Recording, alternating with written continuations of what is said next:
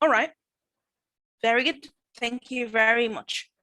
Now, for this part, I will, yes, I would agree with you, Abdurrahman.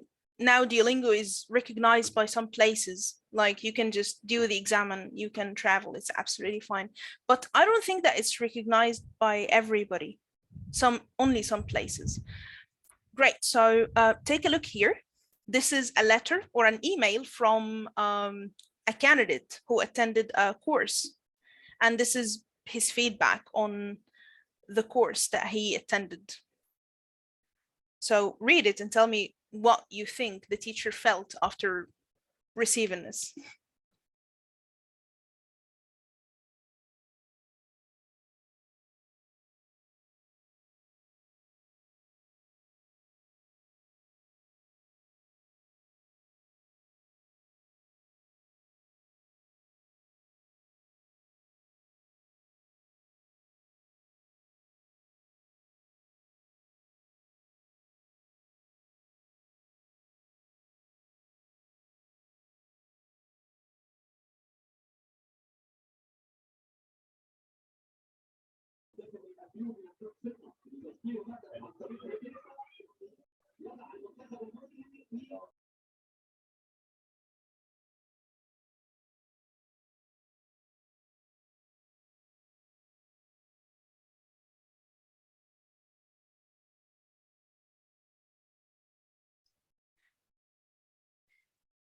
Yeah, wouldn't be happy to receive this. I'd be like, I'd see this as like, I quit and you take your money back and I quit. That's it. Yeah.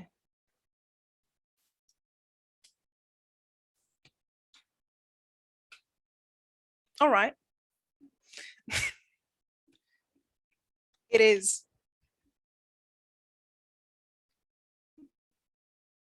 It's not a real one, so alhamdulillah.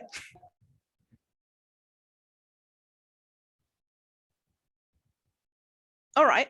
So now I need your opinions. What do you think happened? Where did the teacher go wrong? Oh God, yeah. His promise. The promise, all right, that's one thing. And for me, I'd say like teaching, because it seemed like that was bad. But in language, I can't promise someone to get this score, like, and I can't help you. So the language learning takes time. I had a student who got 8.5 in the exam, but he was in IG school. So that makes sense. He spent like many years to get this one. Exactly. Yeah.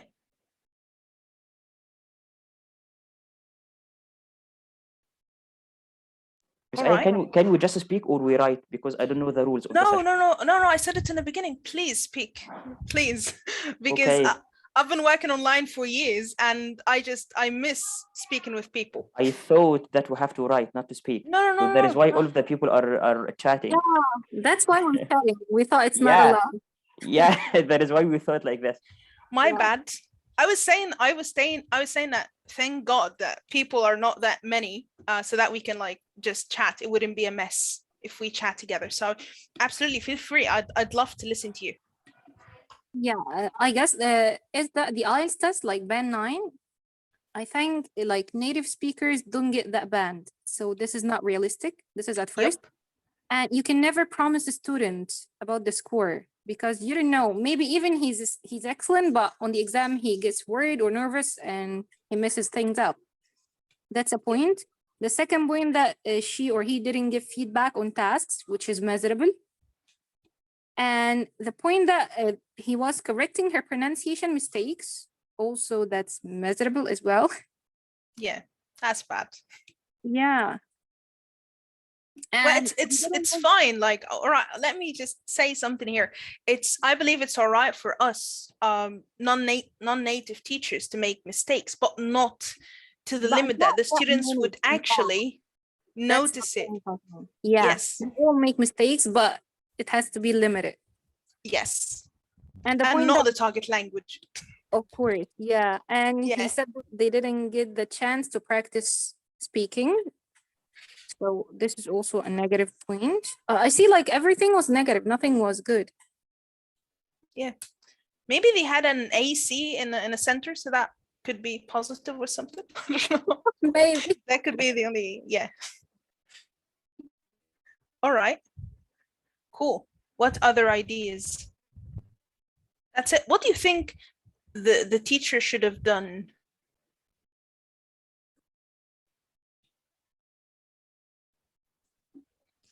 I think first of okay. If someone wants All to right. speak, No, go So I ahead. have, okay, all if right. I may. I think first of all, he or she should be honest from the beginning, Mhm. because this thing cannot be done that way, Mhm. That's it. Yes. Because she or he is dishonest, that's it. Yeah. All right. Yeah. So it's a she, because I didn't want to sound racist. So I decided that the teacher should be like a woman.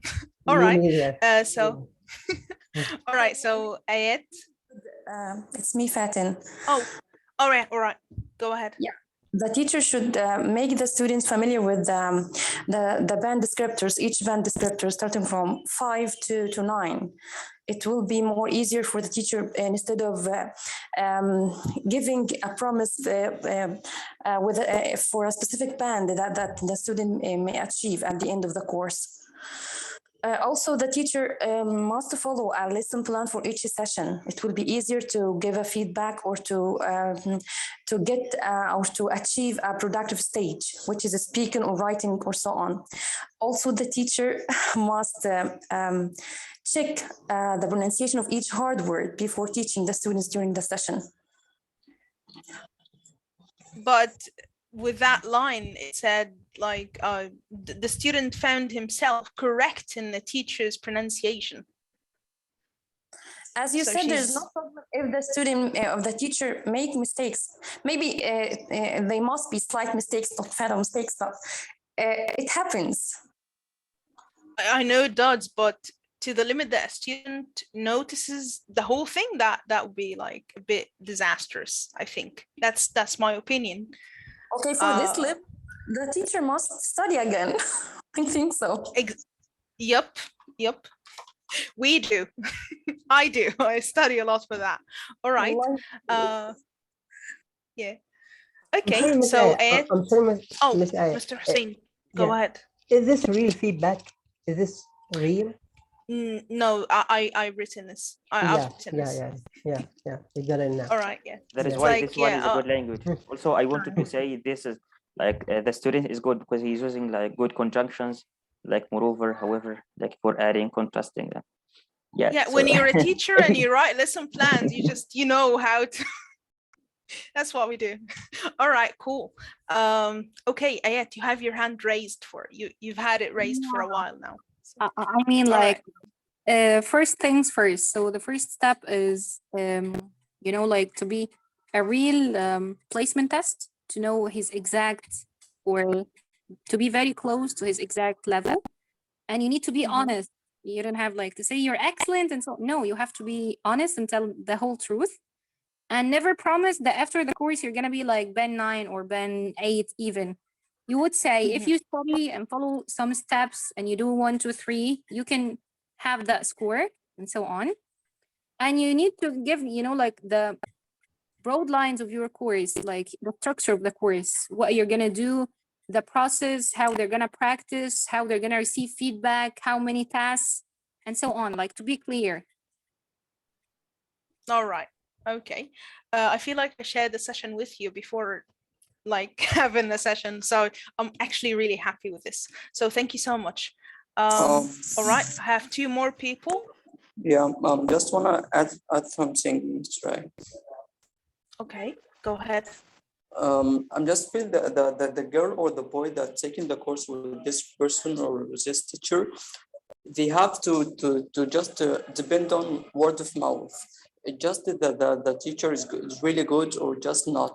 I think the boss the teacher and the learner, they are not, they really miscorrect, because the teacher don't have the knowledge to teach IELTS, and the girl itself or the boy that he taking the course with that, with her, is not asking for the teacher is really good to have the knowledge to teach IELTS or not.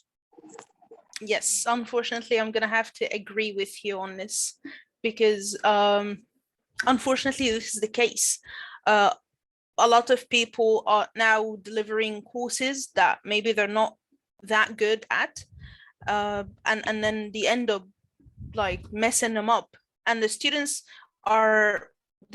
don't really know how to pick the students as the teacher, so it's a very tough task. Like, for example, as a teacher, I feel the same. So if I'm looking for a course, I always like, so should I go for IH or should I go for Cambridge, or should I go for this or that? Which one is better? And you don't know, like, that's the point. And same thing for like when I graduated, and I was thinking, all right, should I go for like the TEFL or the CELTA? I didn't know the difference. So even making these choices is not an easy task. So yeah, that's the case also for students, and even for teachers. Like when it comes to students, not only that the student needs to pick a good teacher, it's also to pick a teacher that would suit their preferences when it comes to learning. So maybe I am not the kind of teacher who would suit that specific student. I wouldn't be able to maybe allocate some more time for that student to practice, or maybe to mark extra tasks and so on. All right. So yeah, it's not an easy task. All right. So this would take us to what teachers need. All right, Mr. Muhammad. Hi, good evening. Zaya, how are you? How's Hello. everything? Great. Yes, can you hear me? Alhamdulillah. Yes, I can. Well, I'm sorry, I just have a comment on that point. I won't blame the teacher, but I blame the student, as you said before, because IELTS training courses have become like a trend now for a source of making living. But the idea is, if you're just seeking an IELTS preparation course, you have to go to a safe place. If you go to the British Council, for example, or IDP or whatever, so you're going to be in the safe place. I'm not going to say that such places won't provide qualified teachers for such courses, because it's their main field. So I will not blame the teacher here, because it's the student's mistake who didn't search well or surf the internet to find suitable place. Sorry to interrupt. I'm gonna agree and disagree to this for two reasons. Number one, it's pricey. Taking a course in a British Council, that's very expensive. So this is number one. Number two, one of the students that I had was actually a former student in the British Council. So he actually did the preparation course at the British Council, and then he took the course again with me, because they simply told him that, all right, join this course and so on. And he was preparing for IELTS, the general version of the IELTS. And then he joined, and he found that the course was actually academic. So that didn't help him with the reading or the writing. This is number one. Number two is he worked very long hours and he needed flexibility, and he couldn't find this. So I'm not saying that I am or anybody else is better than the British Council. I'm not saying this, but I'm saying that sometimes the students have very certain needs, and not everybody can afford a course that would be like 10-12 hours for a couple £1,000. That's expensive. At least, again, I'm just trying to be fair. So yeah, I would say go to this, the British Council, if you can afford it, and if you know exactly the content of the course, and you're fine with having only like this very limited number of hours for that much money, then all right, go for it. But if not, then you'll have to take your chances and just pick a teacher. I do agree with all the points, and I just want to add one thing, which is he's not a specialist. So he's not a specialist in the English field. So he doesn't know who is good and or the criteria of a good like examiner or like a lecturer for the IELTS. For example, imagine you're gonna take a course in programming, things related to computer. We know nothing. So how would I choose a good trainer? I don't know the criteria. So that's why it's hard. I see he's a victim. That's it. Yeah, yeah, yeah, I'd say that. All right. Thank you so much, Ed, Mr. Muhammad, for your input. I think Abdurrahman, you're raising your hand. So, or is that from before? Yes, I just want to say I don't agree 100%. We have to blame the student, as you know, like as you have mentioned, like the student never know. It's just about like you don't know it's a bad decision until you try that. But of course, the student has kind of responsibility just to do research and check what should he do and where should he go, not like go for like trending as Mr. Muhammad mentioned. He has to like do some research first. That's Yes. Yes, and asking like the sorry. good questions. And sorry again, Ms. Mayam, but again, another point, if a student is applying for the IELTS exam, he's supposed to have a certain level of English, right? Not really. I would say it's not really. necessary. It's No, not I necessary. mean, An if IELTS somebody preparation course is not an English language course, so you're not going to start from the beginning from this scratch. I mean, but you already should have a background at least about the exam and about the the different questions and the techniques you have to use in the exam. Otherwise, you won't have to go to the IELTS preparation course. You should first start with the language, preparation for the IELTS preparation course. Yes, I will also agree and disagree. Let's say partially agree. I'm not trying to be argumentative here. I'm just trying to give my full opinion, which is I've seen some people doing a test, the general IELTS, because maybe he wants to travel to another country to work as a chef. So he's not going to deal with anybody. He's just going to be in the kitchen and he needs it to communicate at a very basic level. Maybe band 5 for him would be really good. Maybe that would be enough. Like maybe he's not traveling to an English speaking country, but he needs some English to communicate with other people. So that's it. And this is why some of the books, like for example, there is this book called Mindset, a series of books, and it has different levels starting from, I guess, 4.5. So they have one for 4.5, one for 5.5, 6.5, 7.5. So places are actually like big entities are making such books because some people seek the IELTS not at very high bands, but they just want to get it, like maybe 5, maybe 4.5. That would be good for them, like elementary level, and they just want to communicate, like say, hello, how are you? How do I get to this place? And that's it. You get what I mean? You are right, but still, still, the candidate should have, a prior knowledge of English. That's what I mean. You cannot bring somebody who knows zero English and you ask him or you tell him to go to the IELTS preparation course. It's going to be useless and the result is going to be a failure for sure. Yep. And band 5, as you mentioned, is like modest user, which means that candidate makes mistakes, but he can handle basic communication in his own field. So he must know at least in the field he is going to be specialized at some prior knowledge in order to be able to get the band score he is targeting. Yeah, but this is not the case for everybody. I don't think that everybody like has the chance or time to keep searching. However, I do agree that they should search. I wouldn't blame them. Again, I would like the whole thing is messed up, especially with that letter. But yeah, all right. Thank you so much, Abdurrahman. Last thing before we carry on. Yeah, I just want to say that we are just because we are all teachers. I think we are speaking from the teacher perspective. When you are in general, when you are a customer for something, like how many times you get something like through online shopping and then you meet your friend who is working in this industry and you find that you can go for like half price for better quality. Anyway, like there's difference between English language as a skill and English teaching as a field. So not all Yes. students, even they are like good, like they have the skill of the language, they are good, maybe they are B1, sometimes B2, but it's something for, like we have to differentiate between the language skill and the field of teaching, that's it. Yes, thank you very much. Like, I would say one last example here. The first time, like the first year I started teaching, I didn't know how to get the materials that I needed.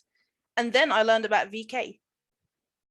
It's like you don't know the thing unless you're like halfway through it. Like, all right, now I know that there is VK, there is another one, and so on. And I learned lots of things about this. Before I thought, like, for example, doing courses, I thought that the courses are available here and there. But then when I started looking, because when I started learning about names of other places, universities, and so on, I started looking for on their websites and finding courses, more courses than I expected. And I always thought that these courses would be very expensive, but then I found that they're actually cheap. So, or not cheap, not very expensive. So I started doing it. So yeah, sometimes you wouldn't learn something, as you said, Abdulrahman, unless you're like halfway through it. So you need to, sometimes you have to figure it out the hard way. All right, so back to what teachers need to. So as we said, we have two objectives when it comes to the teachers. The first one is what they need to know and what they need to do. All right, so the first thing, I believe you said it, which is like the basic general information about the test. Like is it IDP or EST or so on. And also it's very important to decide which university would take it, because sometimes a student would come to you and say, I need to take a test because I'm thinking about applying for scholarships. And then you're thinking, all right, should I ask him to go for the TOEFL, or should I ask him to go? And I asked him, which country would you like to go to? And which university, and so on. Sometimes you would need to do some specified research for that specific candidate. So that's something that's some of extra work that we have to do. Another thing, which is know the academic information, scoring, ways of assessment, and duration, kinds of questions, and so on.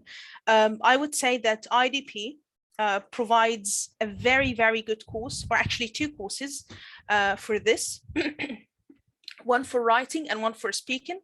They provide the public criteria, or the public assessment criteria. It's not that, it's very similar to the one used in the actual exam.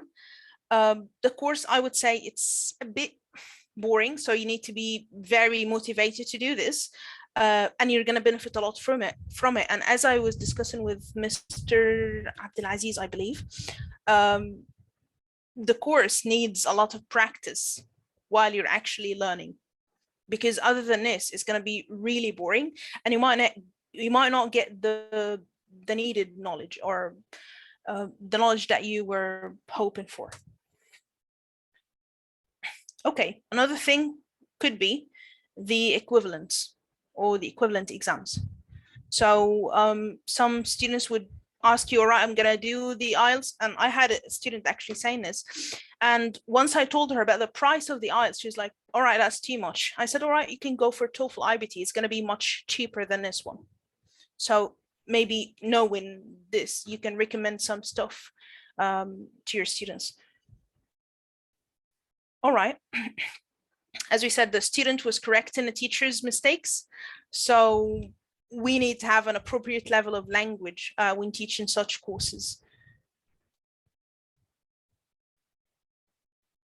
All right. And here again, as we said, the student complained about the practice in the course. And sometimes it's not only that there wasn't enough time for practice, maybe the practice was done in an ineffective way. So it wasn't helpful.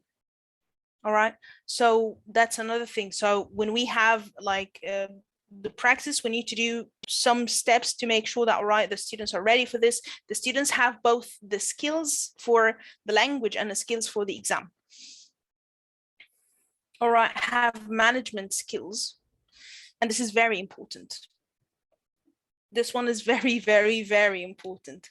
So the times of the classes, the number of hours in the classes, the number of the students in the class, and so many other things, the materials, extra materials, and so on. All right, moving from here and speaking about the expectations, the teacher said, all right, after this course, you get in band 9, which is a bit dreamy. And that's not the case. And sometimes you could be completely honest with the learners. And after the course, they would say, all right, we did not learn that much from you. Or they would complain or claim things that you did not say, or claim that you were bad at this and that. So this is when a disclaimer is very helpful. So a disclaimer is like a contract between you and the learners, and you just write in it everything like, all right, in this course, you're gonna learn 1, 2, 3, you're gonna practice 1, 2, 3. If you don't practice, you're not likely to get the score that you'd like to get. And then the course is on these days at these times. And what else? For example, if it's an online class, you need to have your camera open. You have to submit the assignments 1 day before the session. So make everything very clear. All right. Maybe at the end, you can write something like, this course does not guarantee that you would get the score. However, we'll do everything we can to help you. And it would help you with the practices that you need to follow to get the grade that you want or the score that you want. All right. After like some courses, I started doing this, like honestly, and it was not for something like this. It was mainly like because people would say, oh no, you said like we're gonna get like 2 extra hours of work for that amount of money. I said like, all right, I did not say that. So like العقد شريعة المتعاقدين, that would be the best way to avoid this. And also to keep you as a teacher disciplined. So that's also very important. So it's not all on the students. Sometimes us as teachers, we're very stressed. We might be very disciplined. So this is something that would help us get over this. So another thing, I can say, all right, so for example, somebody called me and said like, hey, yeah, we've got this course, would like you to teach it. And I say, all right, how many hours is it? And they say like 30 hours. Okay, good. So I think about it in this way, 30 hours, can I make 30 hours? Can I free 30 hours? And I say to myself, all right, I can do that. But the thing here is my judgment is messed up, because I don't only need 30 hours, I need 30 hours for teaching. That's number one. I also need some time for preparation. Could be 30 hours, who knows? And also more time for marking the assignments and also giving feedback. So when you decide to teach such courses, you need to be careful with this. And this actually applies to everything, not just that. Another thing, and this one Ayat mentioned, which is different ways of giving feedback. So giving feedback, this is very important.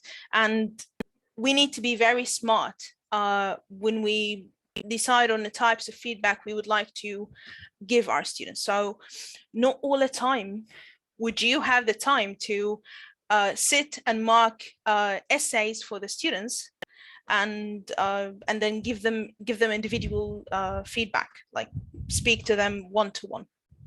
Not all the time you can do this. Sometimes you need to have a plan, thinking, all right, on Thursday I work a lot, and if I delay the marking till Friday, I'm going to be very stressed, and that's my day off, that's my family day. So I need to do something that would help me give the students feedback without wasting a lot of time and without ruining my holiday. So maybe you would think, all right, I'm going to provide the students with I'm going to provide the students with like a model answer, and then I'm going to get them to, I'm going to set a time for the meeting for them. They can work together and find, mark it together, think, like compare their answers to that answer and so on. So this is one way of giving feedback. Another feedback could be, all right, they need to practice this part. It's a reading like practice, or it's a listening practice. So they can do it on this website, which gives them the answers right away. So that's another way. Another thing, and unfortunately, I will say that not all teachers are happy about this because of the competition. Thank you so much, Ayat. I was about to say this. All right. Having an assistant, which, and not all the time would you be able to have an assistant that would have a good level of English to mark everything, but I would just call it delegation. So delegation is something that you don't have the time to do, and you might not be the best at it. So maybe you're very good at teaching, but you hate paperwork. You hate marking stuff. So you're benefiting the students on this part, on this area, but you might need a help of a colleague or something to mark those for you. But unfortunately, I've seen this many times. Not everybody is not everybody is like is willing to share the success with others. So that's sad. Of course, not everybody, but some people. So yeah, that would be nice. I mean, like, imagine delivering a course with a partner. So delivering a course with a partner. So that means, like, for example, I'll be teaching this and my friend or my partner is going to be teaching this. I'll mark those tasks and he's going to be marking those tasks, or she's going to be marking those tasks, to just release some of the stress of the marking, especially if the number of the students is big. Omar, go on. I used to do it in sandwich in the sandwich method, which means start with good points, and then and don't tell him you have some weakness. No, just points to work on, and then back and regain the good points, and then it ended with a nice way. Yes, that's very important. That's very, very important. I agree, because you don't want the student to hate you or to be scared to death of the exam. Yeah, I agree with this. Not all the time do I do it as well. I do this when it comes to that, but for some students, you know, we deliver this kind of implicit feedback, like, all right, you'd be great if you can fix this part. Only if you do this. It's like, but sometimes the candidate is let me say, like, is not willing to put the effort. I'm trying to say this in a nice way. The student is not willing to put the effort. And you need to tell them, all right, no, you need to pay attention here. If you keep doing this, if you don't practice, you're not getting a grade. So sometimes you need to be very frank with them. All right, Mr. Muhammad. Yes, that's the point I wanted to say. You have to be frank because you're talking to adults. When you teach young learners or children, you have to be careful because this might be, demotivating if you give like a lot of negative feedback or such thing. But because you're teaching adults and you're preparing them for something they are waiting for, so you have to be clear with them. Even if you told them you have points of weaknesses, they have to work on such points. So I think this is going to be normal because every candidate should feel like the points he wants to work on and what exactly should he do or should she do in order to be able to improve such points. So I'll be clear with them and tell them they are adults and for sure they joined the course for, kind of any kind of reasons, I mean. Yes. Yep. So sometimes I would actually end up with a student telling him, and that happened like a week ago. I told a student, like, we'll finish the class at 8:30. I want to receive your answers to the whole speaking section. And I said it, and I kept texting him, all right, have you finished? Because I know that he would finish the session and he would literally disappear. So I just needed to tell him, all right, if you don't submit it within 30 minutes, I'm not marking it. So that he would know, like, all right, I need to do it now so that she can mark it, and so on. For me, it wasn't about marking it. I could have marked it at any time and given him the feedback. But the point is, if he didn't do it then, he wouldn't have done it at all. So yeah, this is that's it for what teachers need to. But all right. So all right. So here we have this part. So we have here some students, some candidates would like to sit for the exam. And we have here some problems. So all you need to do, read and then match to the problem. Use like a piece of paper, that would be really helpful. So just write in a number and then the other one.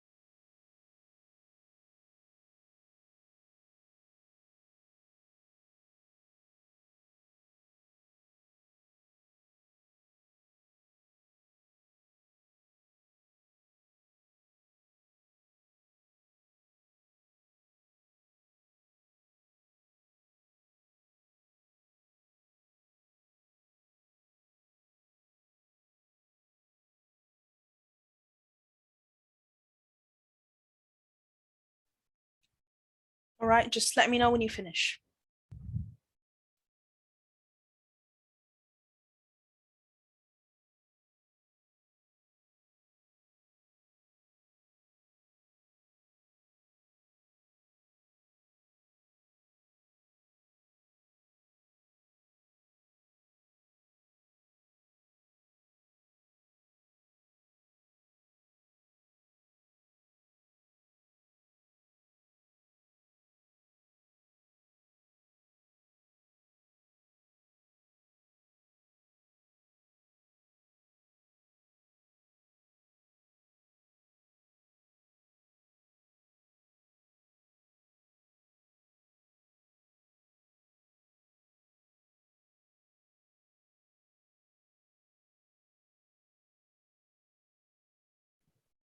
The, All right. the answers are shown.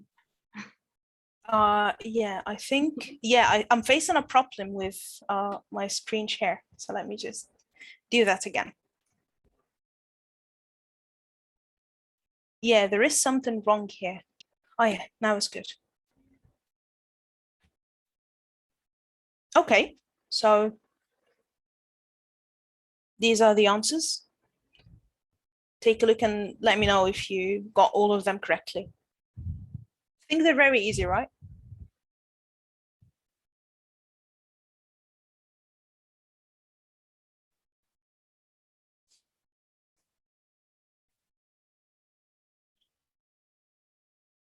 All right. So lucky me for having so many good teachers here in one place. One virtual place, I have to say. All right, cool. Okay, so I don't want to be negative for thinking of these as problems. So we don't want to think about them as problems. So we can think about them as needs, right? So what do you think students need to know or need before an exam?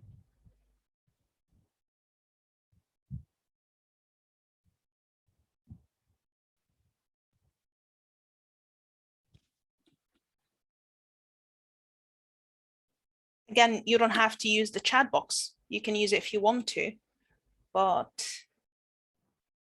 The technique. all right. Yes, could be the technique for the exam. Okay, that's something. I'm sorry, would you say the question again? Again, what do the students need to know?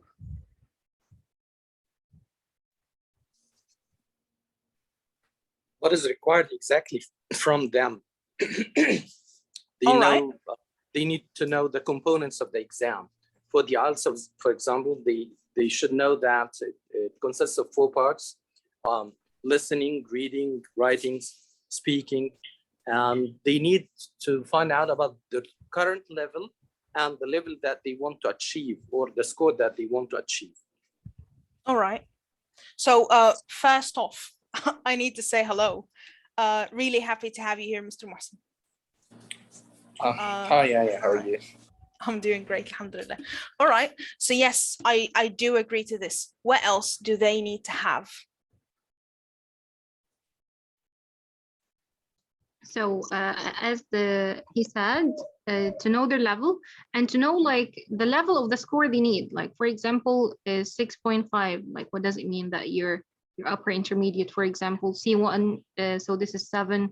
And how much time it's gonna take to move from his level to the required score, and the practice he needs.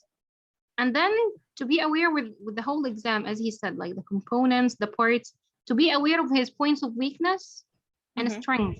For example, like somebody may be like excellent at speaking and he's not that good at writing, and it happens a lot. So we need to give more time or more focus on writing, and vice versa. Yes, I do agree. Okay, any other ideas?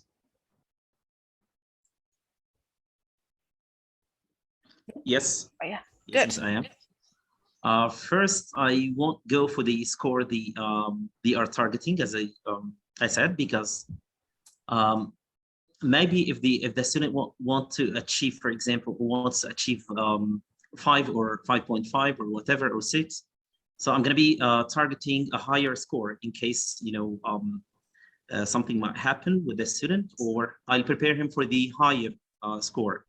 You know what I mean? So if there is any kind of drop, this will not affect the student's score. So I'm targeting a higher score.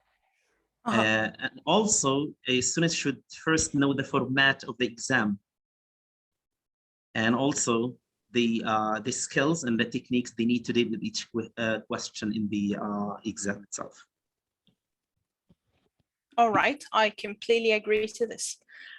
Brilliant. Okay, so let's carry on with the presentation because it's just going to be confirmation for everything that you said.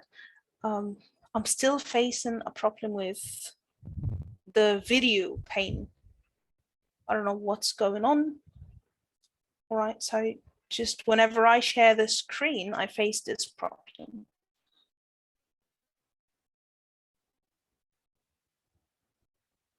Good. All right. Bismillah. Okay.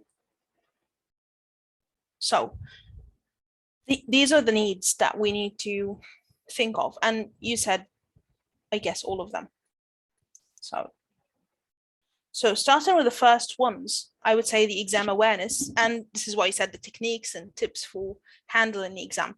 So one way to do this would be like a sample of the exam, and then maybe they can have a Kahoot, so they can, like, you know, a quiz or quizzes or Quizlet or whatever it is, and they can take a look or skim through the exam, and then you can start answering questions like how many passages, how much time do you have to answer all of them, what are types of questions that you've seen in the exam, how many task types do you think you can see. For example, in the second part of the speaking section, do you expect the examiner to reply to you and maybe have a discussion or not?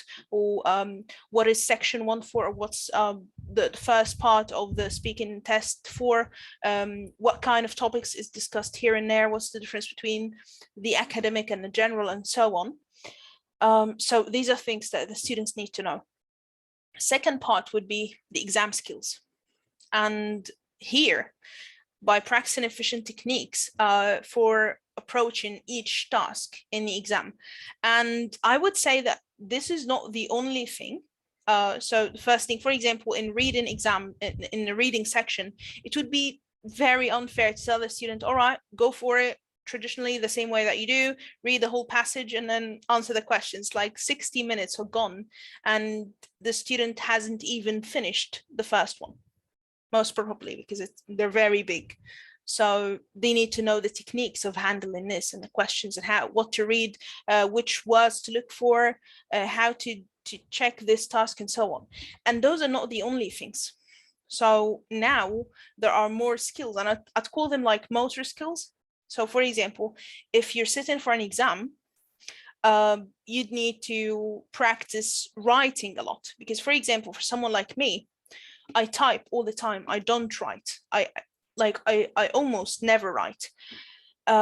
So everything for me is typing. So if I'm trying to sit for an exam, I would need to practice writing, to like sit and write for hours and hours, to be familiar with it, so that my muscles are familiar with the whole thing. That's something. My student, the one I was speaking about last week, he was sitting for the test, the computerized version of the exam. And I was asking him, all right, do you use autocorrect all the time? And he said, yes. I said, like, all right, bloody hell. I'm worried about this now. Why? Because this is another thing that spoiled us. While we're typing whatever it is, we find like whatever it is, Grammarly or the autocorrection on the Windows or whatever it is, correcting our mistakes and like prompting us, giving us like this kind of underline red or yellow or blue or whatever it is. So we're constantly used to making mistakes, but we never try to check that the spelling is correct or the grammar is correct, because we've got a tool or a machine doing this for us. So that's another thing. And also typing. Do you know how to type? Do you know the main places for you to like place the tips of your fingers and how to type and so on, and how to get those moving and so on? There are courses for such things. I'm not saying that a person to sit for an exam needs to master all these things, but at least have like a decent level of awareness and practice, so that it would be very frustrating if you're really good and then you go to the exam and then you don't get the needed score because you made so many spelling mistakes. It's not because you're bad at language, but it's because you're not used to doing this. So those are some stuff that we normally are normally overlooked. We don't tell the students about. All right, after this one, I know that I've spoken a lot in the previous point, but hopefully it was beneficial. Cool. For the third point, for the language skills and systems.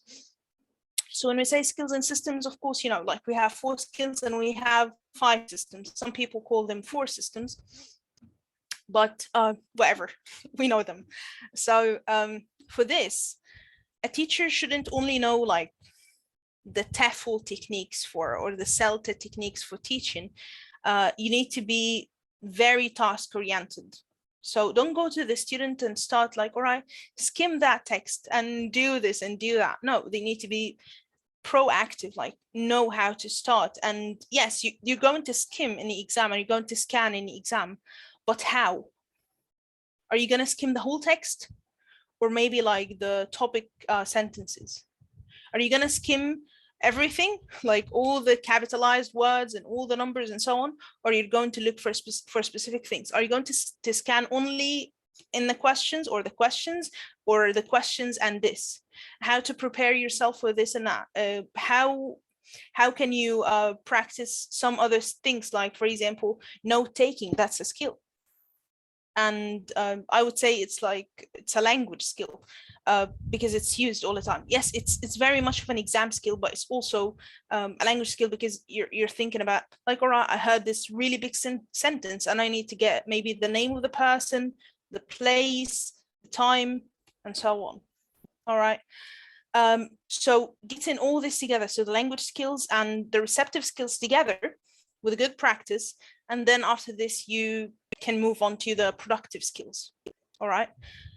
And the last part would be awareness. So most students, not most, let's not be unfair, some students would come and say, I'm very good at English. I used to be very fluent. And we have this kind of self-image, like we're really good. It's like when I was at school, I used to like rank the first or be the top of my class. It's like, nope, that's not the case now. That was like, you can just tell them that was 15 years ago. So it's not the case now.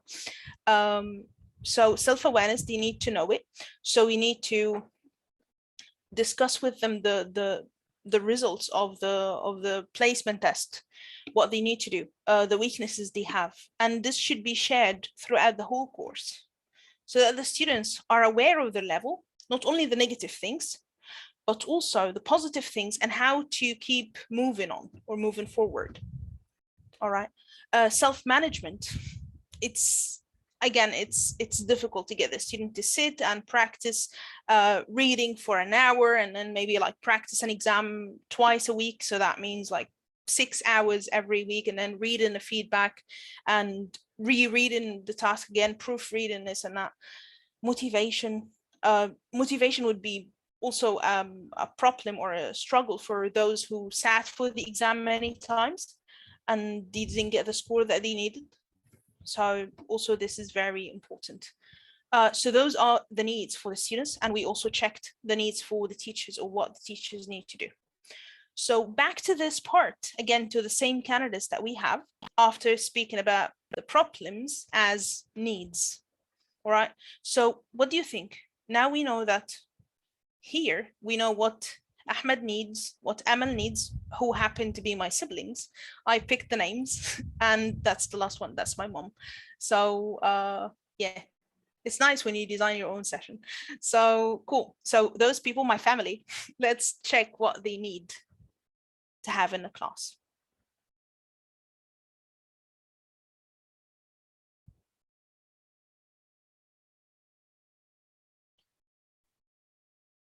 Did I kill you with my TTT? Hope not. Gonna think of it as like QTT. I'm gonna try to feel good about it. Hello guys, did you leave me? Oh, you did. All right. No, we're here. All right, good. Oh, Ahmed, how are you doing? Great. All right. Glad to be here. Oh, same here. Thank you.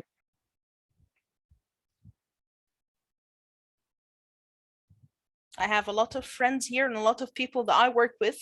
So I have Omar and Ahmed from work. And who else?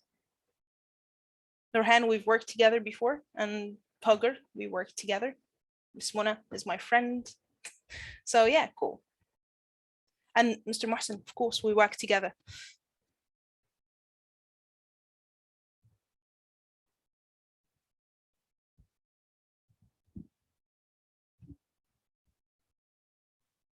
Please tell me when you're done matching the problems to the needs.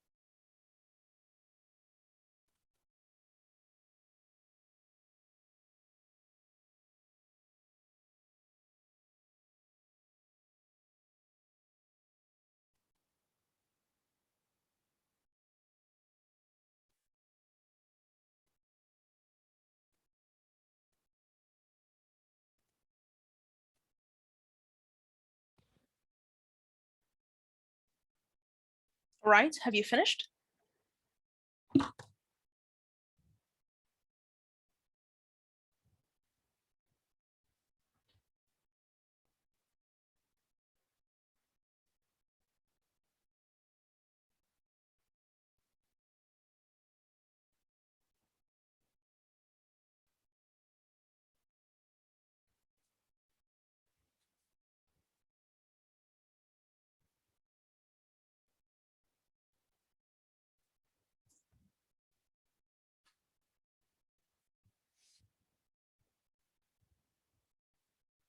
All right.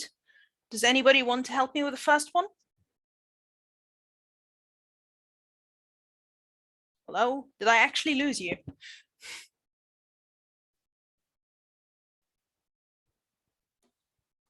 Okay, All right. shall I start? Yeah, please. For the first one, achieving the score in one section, I think it's about the language skill. You know, So which one, we X, already- Y, yeah. X, Y, or Z? X will be will go for C. Okay. Not really. Uh, X would go for, again? will go for C. X, C, language skills. All right. Yeah. So let me see. All right. So you're matching the whole thing. Like it's X, Y, or Z, the whole box. Yeah. It's So all right. I It's all right. misunderstood. I Yeah, did. No, it's misunderstood. fine. Yeah. No, it's fine. Okay. It's like it's that moment when you're working with teachers and you feel like I don't need to ask any ICQs. They get what I mean. It's like Yeah. surprise, they don't. So Yes. sorry about this. That's my bad. Other than, Right. other than the fact it's online, so we can go here and there and we miss things. Again, the mic was moving. I couldn't really get what Yeah. you said. We miss things because it's online, so we can go here and there to do something and return back. I'm sorry for this. May I say for number one? Oh, sure, of course. Number one, I see it's Z. You mean the Because- first one, right? Yeah, Ahmed, that 32 years old, it's Z, I guess. Yes. All right. Oh. Very good. Because he has So- already taken the exam, so he doesn't need exam awareness. He knows he needs to work on his skills and self-awareness, the point of weaknesses and so on, and the language skills. Yes. And he needs motivation because he Of sat for the course, exam. he's so down. Yeah. Yep. All right. Good. What about the second person? No prior knowledge on the exam, on the test. Yeah, Like should I go X. for it? X. Right, that's gonna be X. Yeah, Test awareness and exam skills and language skills. exactly. Yes. Yes. All right, and the last one, of course. We'll Makes go with sense. the left. Yeah. Yes. Good. Very, very good. Okay. So most of the time, or so many times, you don't have to teach IELTS groups because everyone has their own needs, right? So maybe someone wants this and somebody wants that. So that's why most of the time, at least in my experience, I teach a lot of private IELTS classes because people have different needs. So that's something here. So when you just see the student and understand what exactly they need from you, this is when you can help. All right, so from here, that's the question. Actually, that's the core of the whole thing. So given both teachers' requirements, I hope that you still remember them, and students' needs, which do you prefer? A textbook or a tailored course? And why? And you can answer using something outside those choices. And for this one, please do not use the chat box. Just unmute and speak directly. For me, a tailored course, because Mhm. as you've just said, each one has like his own needs, his own experience with the exam, his own level, and according, to his work and the things he has, the score he needs. So as you said, like for some students or some people, I just need Band 5. Mhm. So why do I have to study, for example, like the whole Cambridge guide and so on? I just need 5. So that's why I go for the tailored one. Yes. All right. Very good. Nice. For me, I think tailored course and Mhm. textbook in the same time. Tailored course, of course, because I choose the teacher or the trainer who teach me. A textbook because I need to enhance my knowledge, my skills. It's a self study. And the tailored course, it's for example, someone who knows better than me in this and it teach this for a long time. Yes, of course, she has the knowledge. And a textbook, it's a self inside. So I will go with both of them, teacher, a textbook, and a tailored course. Brilliant. All right. Good. Okay. More ideas?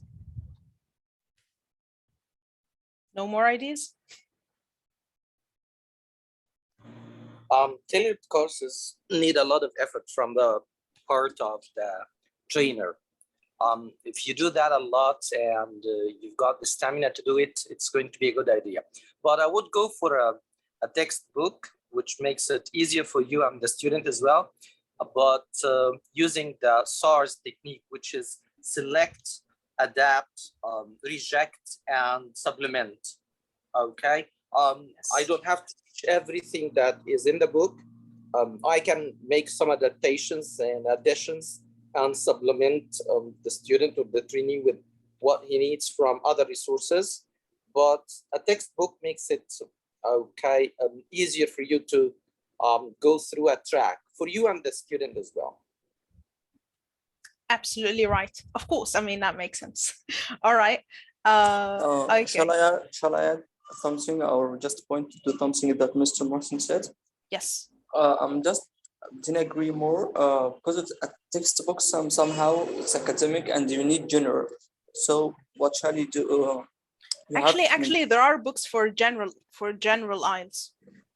Yeah. I'm just saying that if you a tailored course in this point, yeah, it's maybe good, but a textbook somehow can be practical or not. Yeah, there's a problem here.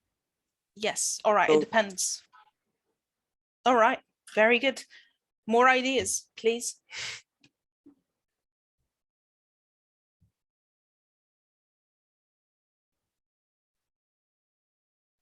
All right. That's it. Okay. So let's carry on with this part here. So those are some like a very brief summary of everything that we discussed. So we need to have enough knowledge of the exam or on the exam, and also we need to identify the students' needs and think of ways to address those needs or these needs. Decide on a kind of material you should use that best suit the students' needs. So that's for this part, and I think we have more here. So those are some tips for you, and take a look at them because I've got actually some questions.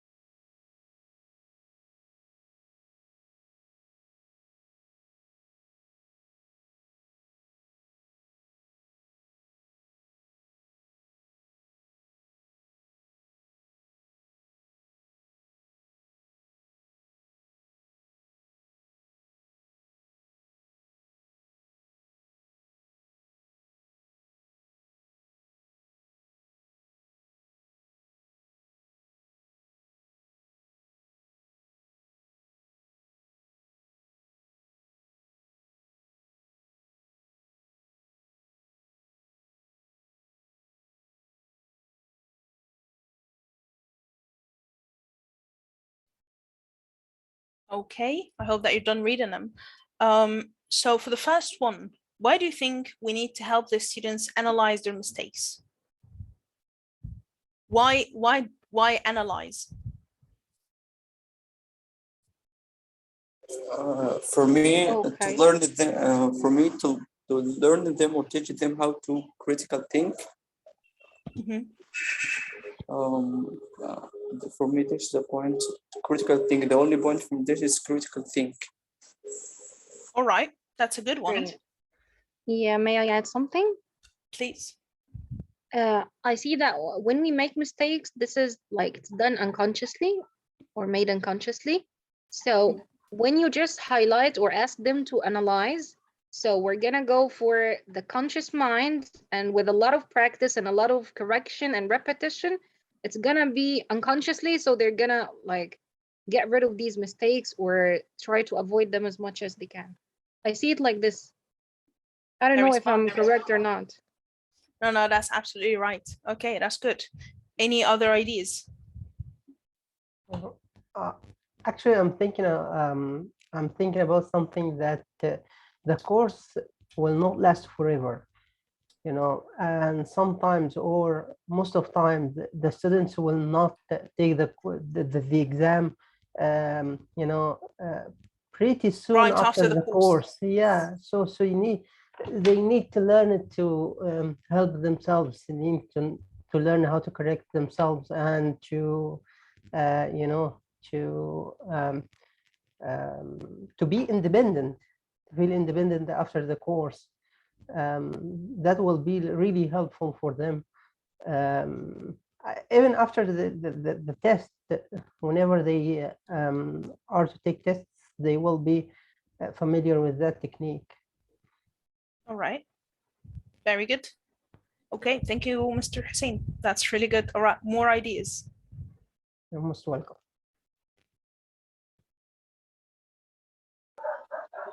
And after a while, students, they should know like what are their strengths and their weaknesses. They have to be their own mentors. Like they should be improved in this point, not just, you know, going and having classes, having courses all the time. They need just to address where they are exactly, just to know the Yes. improvement, like how much time they need to be improved, if they're learning fast or not. Like all of that, they have to realize that. Yeah. Okay, very good. Okay. Good. So I completely agree with everything that you said. I'm gonna just summarize it in like 3 words, which is knowledge is power. If you don't know something, you don't understand it, you're afraid of it, and you don't know how to go about it.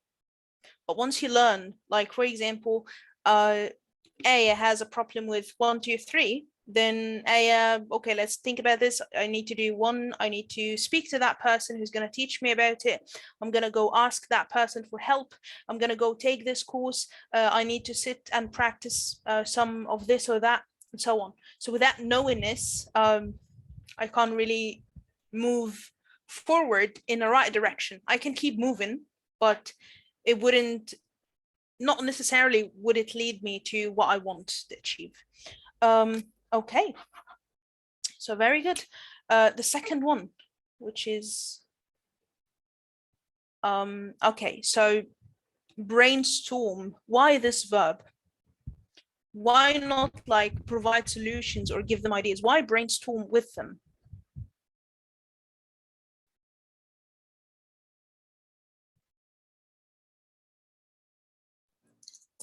Brainstorming is guiding them to get to know their own mistakes, okay? You don't tell them directly what's wrong and what's right, but you can guide them somehow. And this was also very important in the first point that you mentioned here, help them analyze their mistakes, because sometimes we make mistakes and we know the source of that mistake. I was taught that wrong at some stage of my life, and that's the reason why. Analyzing their mistakes and brainstorming and thinking about why they make such mistakes is very important for the students.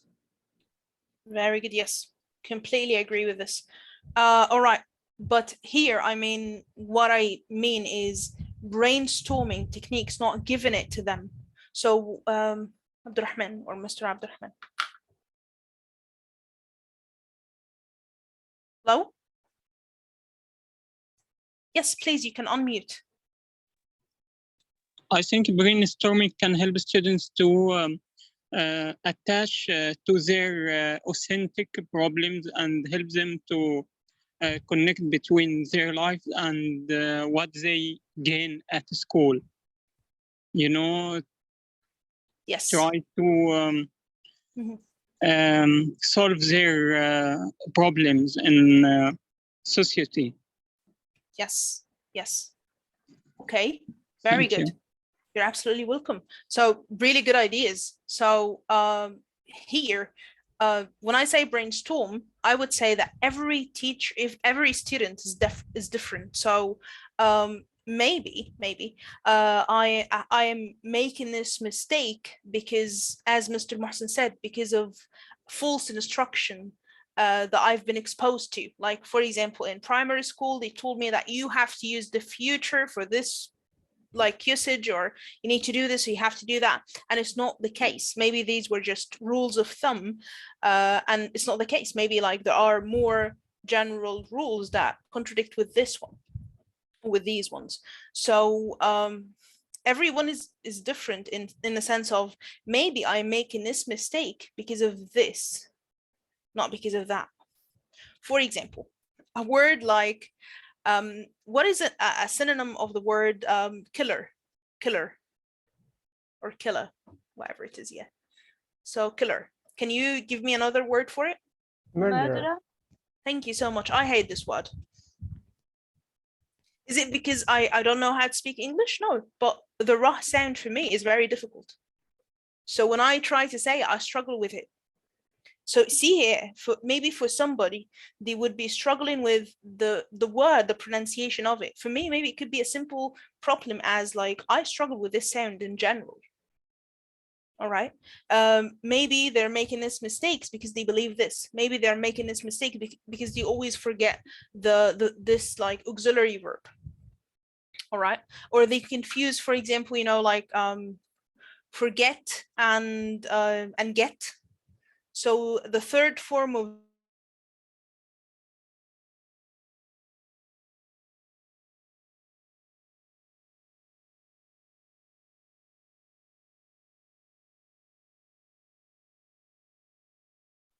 oh, sorry about this. That's just the internet. Anyway, so let's continue where we stopped. All right. So is my voice clear? Yeah, go ahead. Yeah. All right, good. Okay. So I know this. I need to ask the student, why do you think you're making this mistake? And how do you think we can solve it? Why? Because I don't own the knowledge. All right, I don't know everything. So maybe I can tell them, all right, in order to memorize as many words as you can, you need to write them on sticky notes that are colorful and then stick them on the board in front of you and so on. And maybe the student would say like, were you living under a stone? It's like, we now have these like websites or tools or different apps that we can use. So as a leader, try to listen first. So maybe the students have ideas that best suit them. So if you tell them, all right, write the words on the sticky notes and write them on like stick them on in your room, on the walls, on wherever it is. And this student works 12 hours a day. So they're basically not home for half the day and then they sleep. So in this case, the phone is the best way. You can say, all right, we can have free speaking sessions every now and then on the phone. And you say, all right, in the morning it's going to be great. What do you tell you? Like, no, that's not going to work because I have work at this time or I do this at that time. So that's why you need to ask the students to find it themselves, to find something that best suits them. All right. That's one thing. And another thing, as we said earlier at the very beginning of the session, the students should be responsible for the grade, for the band that they get. I can't promise them anything. So this is why they need to be involved in a process. They need to be the ones exerting effort to add to their own learning. All right. It's not like going to be like me giving them all the information and helping them like and giving them everything on a silver plate. That's not going to happen. So yes, that's why they need to like start working, start finding solutions. This would also help them stay motivated. And then the last part, which is students' expectations. So like the teacher that we had, like that kind of imaginary teacher, like failed miserably at this. So the students' expectations is number one, they need to know that this course is just to help them, not to give them the score. So at the end of the course, they're not getting a certificate. This is something that they need to do, to know. Another thing, they need to receive constant, consistent feedback all the time about their level. So for example, all right, Abdurrahman, you improved in this, you used to make a mistake with this, now you're better at this. And also, however, you're still making that same mistake again. So this mistake seems like systematic, so it's very repetitive, like repeats a lot. So what do you think we should do about it? So this is here, like how we should go about it. Of course, this is not the only way, this is one of the ways. All right, so we're done with the session, and those are some ideas that I was thinking about, and hopefully I'll have some time to prepare some of those. I actually started working on the second one as a session. So the first one is like how to prepare a beginner. And so before anybody fights with me, I have on the long run, so we still have time. And then how to turn a general English book into an exam preparation book. And the last one, how to design the most effective exam preparation course for specific students. All right. So here it is. Do you have any questions? Yeah, I have one if I may. Yeah. Do you recommend us to start teaching with like private, private students, like to teach private class? I think, yeah, that would be better. This would be less stressful, and this would allow you some time to think about your practice, how to improve, and so on. And even, I hate to say this, but even if you don't do a really good job, you didn't harm a lot of people. It's just one person. All right, it's bad, and we shouldn't like go into a course thinking this way with this mindset, but life happens. Yeah, but sometimes we make mistakes. Yeah. Exactly. So one person, one student, two students, and so on. I would also recommend that if you have some friends, other teachers, or some people who are not actually sitting for the exam, you can give them free sessions to practice and so on. And this is the reason I started like the demo service, like where people come and they just present a demo, and then I start evaluating them and giving them some tips and so on. So that's another thing that you can do. So maybe you can get some guidance, like, all right, you're good at this, but you need to practice this. This wouldn't really help the students and so on. So yeah, but yeah, if you're going right away to practice or try this, so private courses would be better. One last question, please. Please go ahead. Okay. Again, do you recommend sitting for the exam first? No. It's like it's not like I recommend or I don't. It's more of you don't have to. You don't have to, but at least you need to practice. You need to practice. You need to have a really good level of English. You need to have very good awareness of the exam and the assessment of it and so on. And resources are everywhere, like courses and different things for you to learn how to do this are going to help you. And then, of course, feedback from students who took the exam, and they can just tell you how it went and what helped, what tips helped them, what things that they did in the course with you that really added to their performance. Thank you so much. Thank you so much for the session, for your time and Thank everything. you so much. It was so beneficial. Yes, thank you so much. Please, if you need to leave, just please write your feedback. in Okay. the chat box what you liked, what you would recommend me to do, and things that can improve. All right, we're not done. If you still have any questions, I still have around 20 minutes. So if anybody has any questions. Somebody said a question or typed a question. Is it still available, those demo sessions? Yup, they are. So all you need to do is just text me and I'll send you all the information about this, and then we can go ahead. Thank you so much, Mr. Muhammad.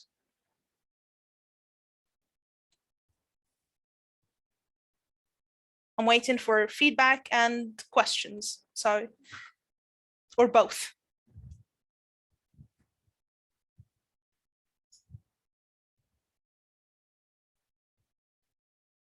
And let me stop